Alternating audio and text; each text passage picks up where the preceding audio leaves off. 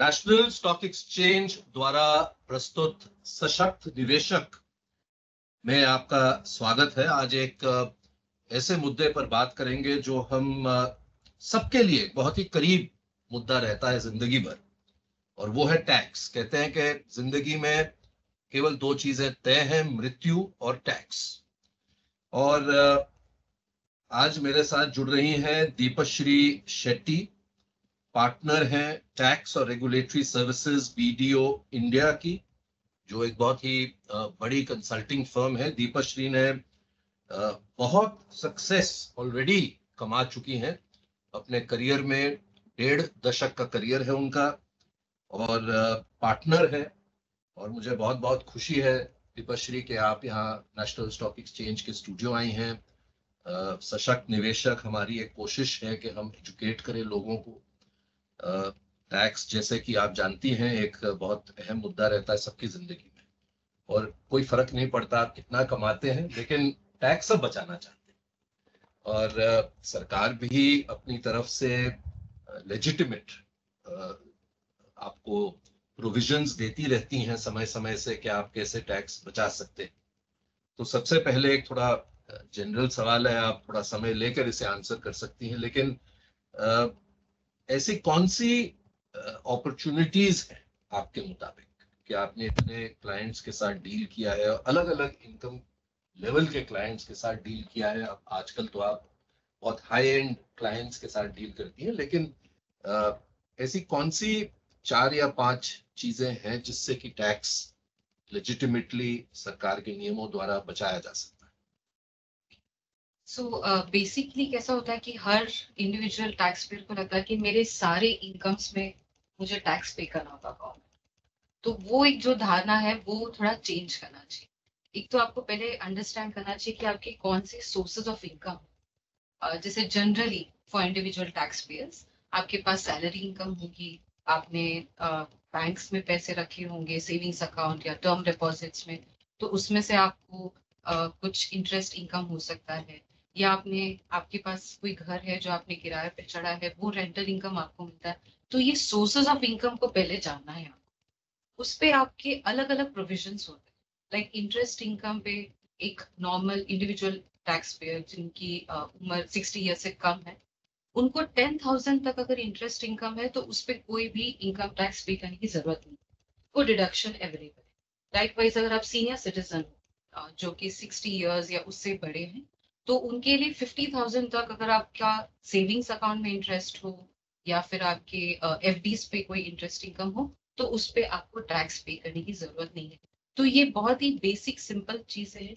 Salary पे भी काफी अलग अलग कॉम्पोनेंट्स होते हैं, जैसे कि आपको हाउस रेंट अलाउंस मिला है या आपको लीव ट्रैवल अलाउंस मिला है। तो इसमें स्पेसिफिक कंपोनेंट्स वाइज आपके इन्वेस्टमेंट्स और डिडक्शंस के हिसाब से, आपके एक्सपेंडिचर के हिसाब से आपको एग्जेम्पशंस या बेनिफिट्स दी गई है बाय द गवर्नमेंट। तो ये जो धारणा है कि मेरे सारे इनकम पे मुझे टैक्स पे करना है, वो थोड़ा सा चेंज करना जरूरी है। And for individual tax pairs अभी तो बहुत ज्यादा सिंप्लिसिटी हो चुकी है, क्योंकि information is available almost everywhere, through various channels. तो काफी ज्यादा प्रोविजंस के बारे में क्लैरिटी अभी है। So in any case you can seek advisors, proper advice and make your tax planning a problem. आजकल तो ज्यादातर ऑनलाइन ही हो गया है। इनफैक्ट जब आप जाते हैं तो सारे डिटेल लगभग कैप्चर हो ही चुके होते हैं, लगभग कैप्चर हो चुके हैं। और टैक्स पेयर सर्विसेज जो अभी है टैक्स डिपार्टमेंट का, वो लोगों की सुविधा के लिए अभी बनाया गया है। जैसे आपने करेक्टली बताया कि आईटीआर फॉर्म्स जो होते हैं हमारे इनकम टैक्स रिटर्न फॉर्म्स, वो प्री फिल्ड है, या फिर आपके अगर टैक्स डिडक्शंस हो चुके हैं लाइक टीडीएस जो कहते हैं टैक्स डिडक्टेड एट सोर्स, उसका इंफॉर्मेशन भी आपको अवेलेबल है आपके ऑनलाइन पोर्टल में। अगर आप इनकम टैक्स वेबसाइट में आपके पैन द्वारा अगर आप लॉग इन पोर्टल करेंगे, तो आपको पता चलेगा कि आपका फॉर्म 26 एएस अवेलेबल है, जिसमें जितने भी इनकम्स पे आपके टैक्स कट चुके हैं इधर बाय योर एम्प्लॉयर, या फिर आपके बैंकर ने आपका इंटरेस्ट के ऊपर टैक्स डिडक्ट किया है, तो वो सारी इंफॉर्मेशन अवेलेबल। लाइकवाइज अगर आप देखेंगे तो उसी पोर्टल पे आपको एआईएस स्टेटमेंट या टीआईएस एनुअल इंफॉर्मेशन स्टेटमेंट या टैक्स इंफॉर्मेशन स्टेटमेंट, ये स्टेटमेंट्स भी अवेलेबल है। तो आपने जितने भी इन्वेस्टमेंट्स किए होंगे म्यूचुअल फंड्स या अदर एवेन्यूज, उसके भी इंफॉर्मेशन आपको मिलेंगे, आप उसको देख सकते हैं, आप उसको परख सकते हैं, और उसमें जितने भी अवेलेबल इंफॉर्मेशन वो आपके टैक्स रिटर्न में आप डिस्क्लोज कर सकते हैं। सो taxpayer services, tax planning avenues are there. Legitimate way is also available for individual taxpayers. Deepshree, आजकल फाइनेंशियलाइजेशन का माहौल है देश में, और कई लोग एफडी जो है वो एक हमारी एक कांस्टेंट सेविंग मैकेनिज्म होती थी एक पूरे जनरेशन की। मैं आपकी जनरेशन का तो नहीं हूं, लेकिन हमारे समय में भी अगर आपने एक एफडी कर ली तो बहुत बड़ी बात होती थी। आज की जो पीढ़ी है उनके पास इतने ऑप्शंस हैं इन्वेस्टमेंट के, जैसे आपने कहा कि म्यूचुअल फंड्स हैं, इक्विटी है, और कर भी रहे हैं लोग। एक चीज जो मुझे दिखती है, जो कई लोग नहीं समझ पाते, वो ये है कि इनकम, जैसे आपने समझाया कि अगर मैं कहीं सैलरीड हूं या कंसल्टेंट हूं, मुझे एक इनकम आती है, वो एक इनकम है, उस पर एक तरह का टैक्स होता है। और दूसरी चीज होती है कैपिटल गेन्स टैक्स। तो इनकम तो आप समझा ही चुकी हैं, लेकिन थोड़ा कैपिटल गेन्स टैक्स पर भी आप कुछ बता सकती हैं, जो लोगों को जो इन्वेस्ट कर रहे हैं जहां भी कर रहे हैं उसको किस तरह से समझना चाहिए। सो कैपिटल गेन्स टैक्स जो है वो इनकम टैक्स का ही एक पार्ट है। जो इनकम टैक्स है वो कई हेड्स ऑफ इनकम के पर टैक्स लगाया जाता है। जैसे मैंने कहा, सैलरी है या फिर आपका बिजनेस और प्रोफेशन है, कैपिटल गेन्स भी एक है, इनकम फ्रॉम हाउस प्रॉपर्टी है, अदर सोर्सेस। तो ऐसे 5 हेड्स ऑफ इनकम है। कैपिटल गेन्स एक तरह का हेड ऑफ इनकम है। सो आपने कोई भी कैपिटल एसेट अगर बेची है जो कि स्पेसिफाइड कैपिटल एसेट है, उस पे अगर आपने कोई गेन किया तो उसके ऊपर टैक्स रेट स्पेसिफाई किए हुए। फॉर एग्जाम्पल, आपने अगर जैसे आपने कहा कोई सिक्योरिटी बेची, जैसे शेयर मार्केट पे आपने कोई शेयर्स बेचे, तो उसके पीरियड ऑफ होल्डिंग, आपने कितने समय के लिए उसको होल्ड किया था फ्रॉम डेट ऑफ परचेज, उसको देखा जाएगा। फिर आपका नेचर ऑफ एसेट क्या है, यदि वो इक्विटी शेयर है या डेट रिलेटेड सिक्योरिटी है, वो देखा जाएगा। और उसके ऊपर कितना टैक्स रेट होना चाहिए, वो उसके ऊपर हम जज कर सकते हैं। सो कैपिटल गेन्स जो है वो एक तरह का इनकम टैक्स ही है, and it is not just restricted to shares in securities market. It is to do with any capital asset. For example, if you sell off any capital asset such as a house property, you own a house property and you sell it off after a couple of years, depending on the holding period, if it's more than the specified period, it will become a long-term capital asset. You will have a tax rate. जैसे हमने अभी discuss किया कि shares या securities पे, so quickly अगर उसके बारे में बात की जाए तो इक्विटी शेयर जो है अप टू 12 मंथ्स अगर आपने उसे होल्ड किया है तो उसको शॉर्ट टर्म कैपिटल एसेट माना जाएगा, और उस पर आपको 15% टैक्स रेट लगाया जाएगा। वैसे ही अगर वो इक्विटी एसेट अगर आपने 12 महीनों से ज्यादा समय के लिए अगर आपने होल्ड रखा है, तो फिर उससे वो लॉन्ग टर्म एसेट माना जाएगा, और उसके ऊपर आपको 10% टैक्स रेट लगने के चांसेस है। अगेन, अगर आपका जो गेन है, गेन यानी कि जो मुनाफा है, वो अगर 1 लाख से कम है तो उस पर कोई टैक्स पे करने की जरूरत, long term equity capital asset. But अगर उससे ज्यादा है तो 10%। लाइकवाइज ये हमने अभी इक्विटी शेयर्स या सिक्योरिटीज की बात की। अगर हम डेट सिक्योरिटीज रिलेटेड बात करेंगे तो वो जो पीरियड ऑफ होल्डिंग है वो बढ़ जाता है, क्योंकि टिपिकली लॉक इन पीरियड वगैरह होता है उसमें।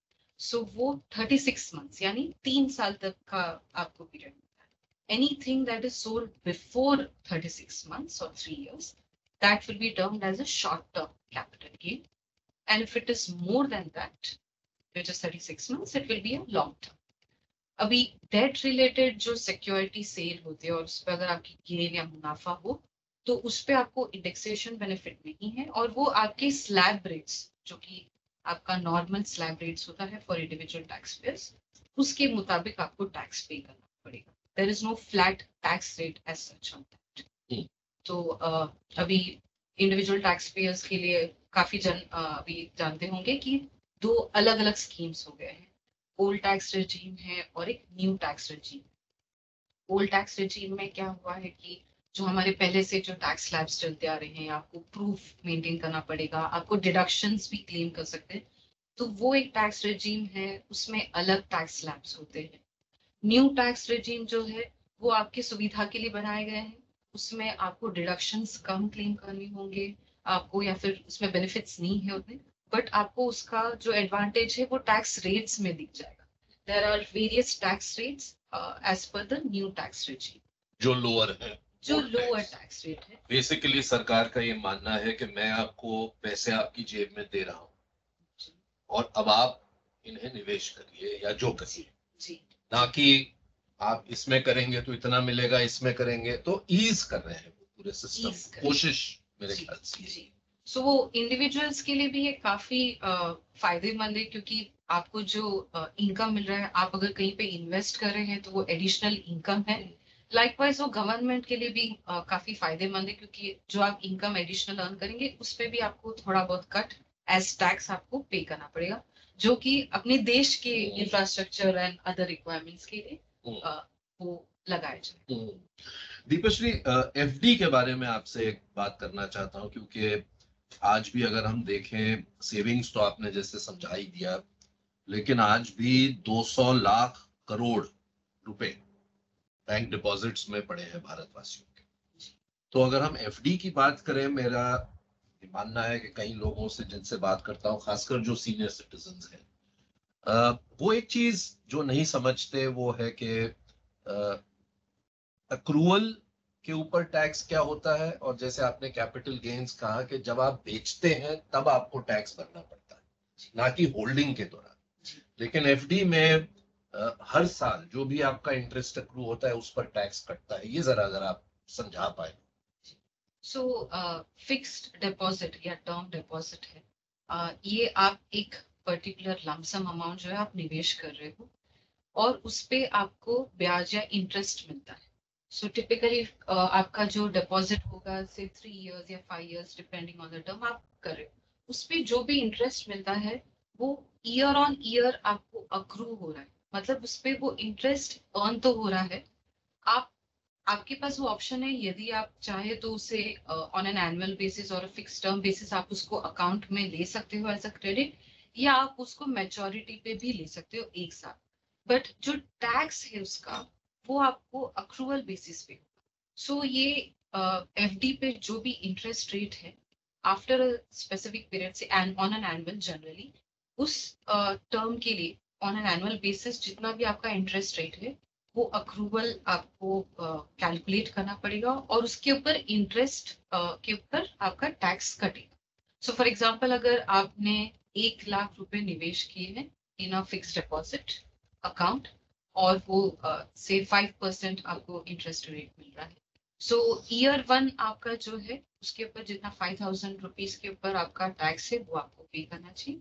एंड लाइकवाइज वो ईयर ऑन ईयर होगा, ना कि वो eight the end of the term जब मेच्योरिटी होती है तब आपको टैक्स पे नहीं करना है, वो on a periodical basis accrued interest के ऊपर आपको टैक्स डिडक्ट करना है। और ये आपकी इनकम से जुड़ जाता है, तो और जिस ये ब्रैकेट में आप जी पढ़ते हैं उसी का ही टैक्स आप। जी जी।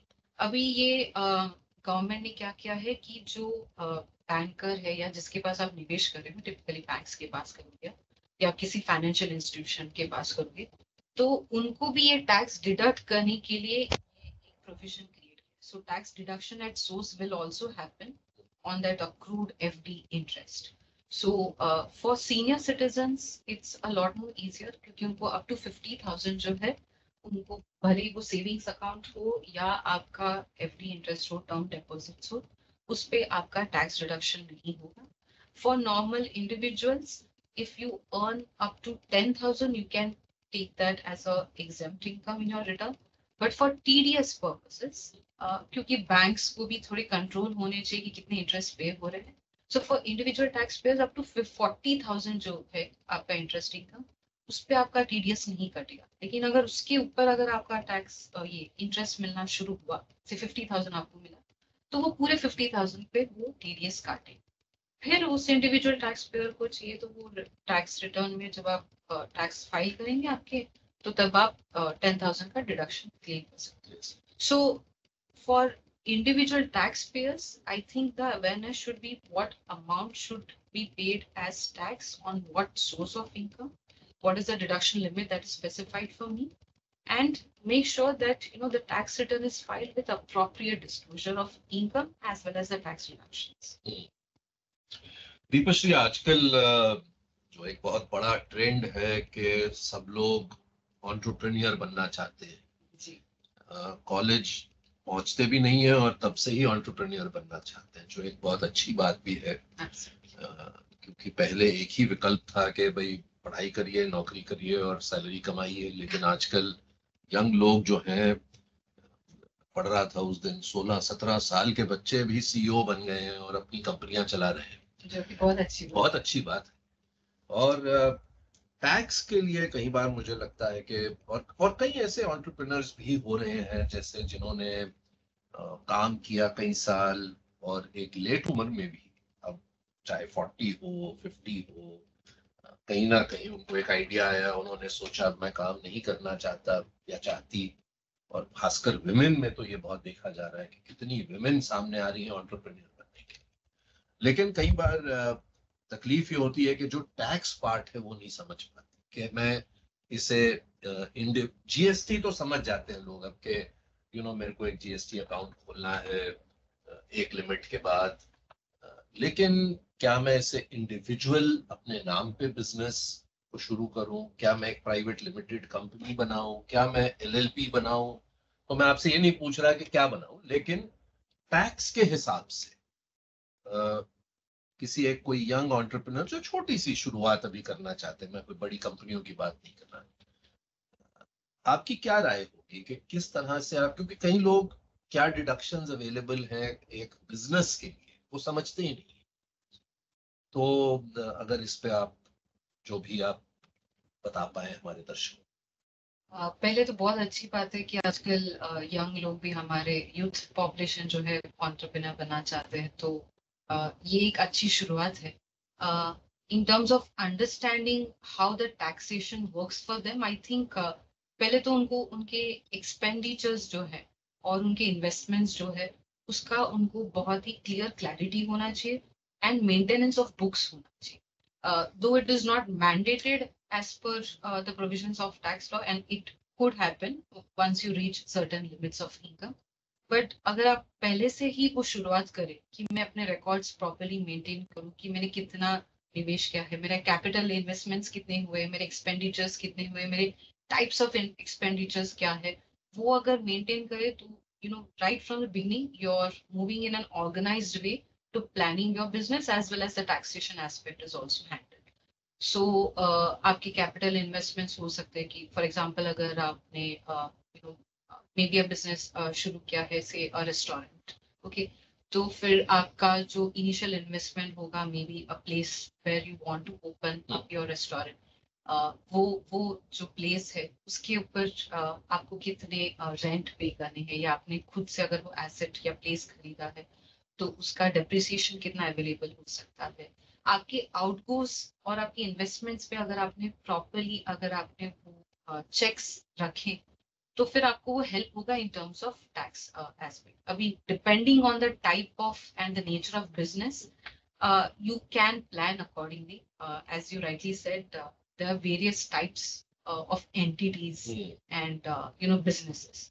तो जो tax provisions है उसमें भी there are specific provisions for a nature of business. For example, presumptive taxation रहता है, तो आपके एक टाइप ऑफ बिजनेस पे आपको से 40% डिडक्शन फ्लैट मिल सकता है, या आपको टैक्स ऑडिट्स करने की जरूरत है क्या नहीं, आपके डिडक्शंस पे भी एक लिमिट आपको स्पेसिफाई किया जाता है, और आपको जो रिक्वायरमेंट्स है, mandatory requirement of doing audit और मेंटेनिंग बुक्स ऑफ अकाउंट, उस पे भी आपको क्लैरिटी मिलेगा। So it's varied, I would say आपका जो स्पेसिफिक नेचर ऑफ बिजनेस है उसके हिसाब से आपका जो एडवाइजरी है इन terms of what your tax would be, वो उस पर डिपेंड। लेकिन आप जो कह रही हैं कि डिडक्शंस काफी मिलती हैं, और ये लोगों को ध्यान में रखना चाहिए कि अगर आप अच्छी तरह से फॉर्मलाइज करके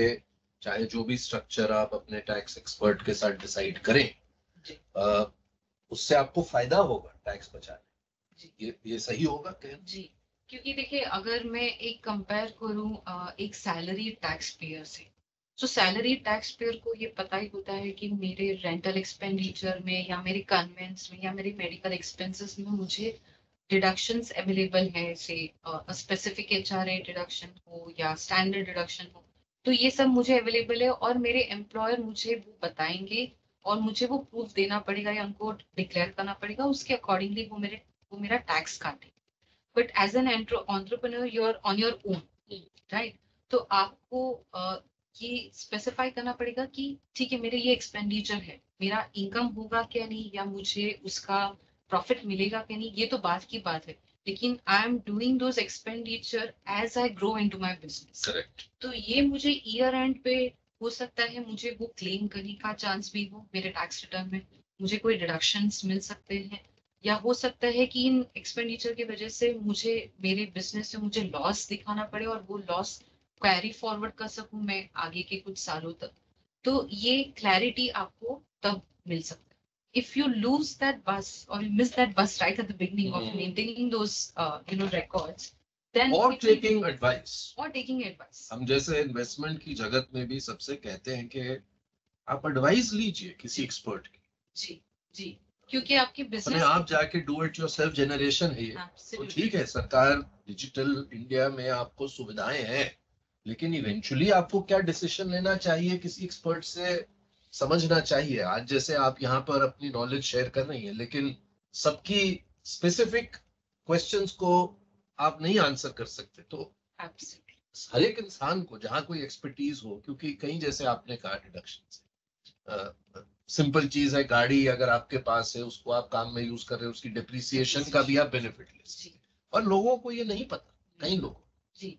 तो इंफॉर्मेशन तो अवेलेबल है, जैसे हम बोल रहे हैं कि सशक्त निवेशक तभी बन सकता है जब वो सतर्क भी रहे। सतर्क, बिल्कुल। तो सतर्कता ज्यादा जरूरी है, और वो ईयर एंड पे या जब आपको कोई नोटिस तब मत जागिए, पहले से ही बट अगर तब मिले तो तब आप सतर्कता नहीं दिखा सकते। आपको राइट एट द बिगनिंग करेंगे, अगर प्रॉपरली प्लान तरीके से करेंगे तो टैक्स प्रोविजंस इतने डिफिकल्ट नहीं है। एंड आपने करेक्ट कहा कि आजकल इंफॉर्मेशन तो है एट लार्ज, बट उसमें से क्या इंफॉर्मेशन मेरे लिए as a tax payer relevant है, ये मुझे जानना जरूरी। And I may not be able to do everything by myself, तो मुझे एक प्रॉपर फाइनेंशियल एडवाइजर या किसी चार्टर्ड अकाउंटेंट का मदद लेना पड़े तो वो लेना चाहिए at the right point in time, not at the end of the journey, but as you move along you should take those financial advices along your journey. और इसीलिए शायद लोग डर जाते हैं टैक्स का नाम जी, जी। मैंने कई यंग एंटरप्रेन्योर्स को देखा है कि वो कोशिश करते हैं कि मैं टैक्स के उसमें आऊं ही ना, क्योंकि मेरे को डर लगता है, लेकिन डरने की जरूरत नहीं है। अगर आप एक अच्छे एक्सपर्ट, जैसे आपने कहा चार्टर्ड अकाउंटेंट से एडवाइस ले लें, तो आपको सही रास्ता मिल जाएगा। और आजकल बहुत ट्रांसपेरेंसी आ गई है, ईज आ गई है, मतलब और आजकल तो अधिकतर केसेस में आपको एक कंप्यूटर मैसेज ही आता है, ऐसा नहीं कि कोई आपके दरवाजे पर आकर। हाल ही के बजट में तो वो और भी आसान कर दिया, जो पुराने भी केसेस है छोटे छोटे अमाउंट के, वो भी सरकार ने अब खत्म कर दिए। तो विकल्प बहुत है, लेकिन वही है कि किसी एक्सपर्ट से आप बात करें। लेकिन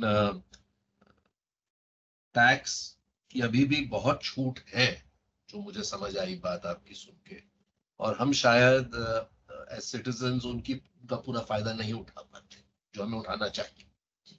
सो टैक्स वर्ड से डरना नहीं है, एंड ये जो माइंडसेट है कि मुझे टैक्स सेव करना है, अगर वो सोच से हम आगे जाएंगे तो आई वुड से चल सकता है, बट वो इतना ईज ऑफ जर्नी नहीं होगा आपके लिए।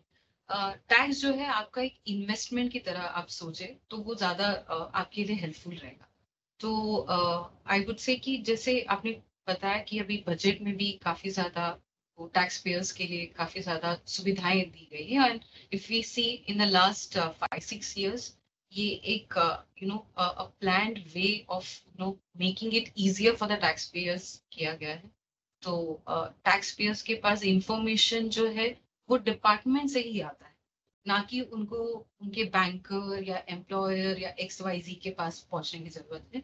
वो इंफॉर्मेशन टैक्स डिपार्टमेंट ही कलेक्ट करवा रहे हैं आपके पैन नंबर के द्वारा, और वो आप ही को अवेलेबल किया जाता है।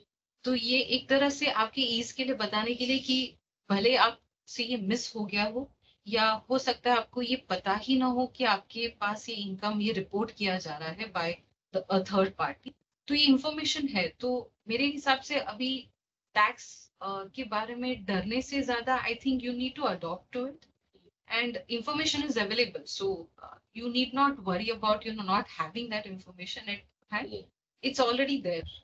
You need to use it wisely and make sure if you're stuck somewhere you need to take proper advices. बहुत बहुत धन्यवाद दीपश्री आने के लिए और हमसे बात करने के लिए। यहाँ पर आपने बहुत अच्छे से एक्सप्लेन किया सबको, और मैं उम्मीद करता हूँ कि एक अच्छे एक्सपर्ट की बात सुनकर एक्सपर्ट के पास जाएंगे लोग, और टैक्स से डरेंगे नहीं, उल्टा इसको अपना साथी बनाएंगे और ठीक से अच्छी तरह से अपनी टैक्स प्लानिंग करेंगे। बहुत बहुत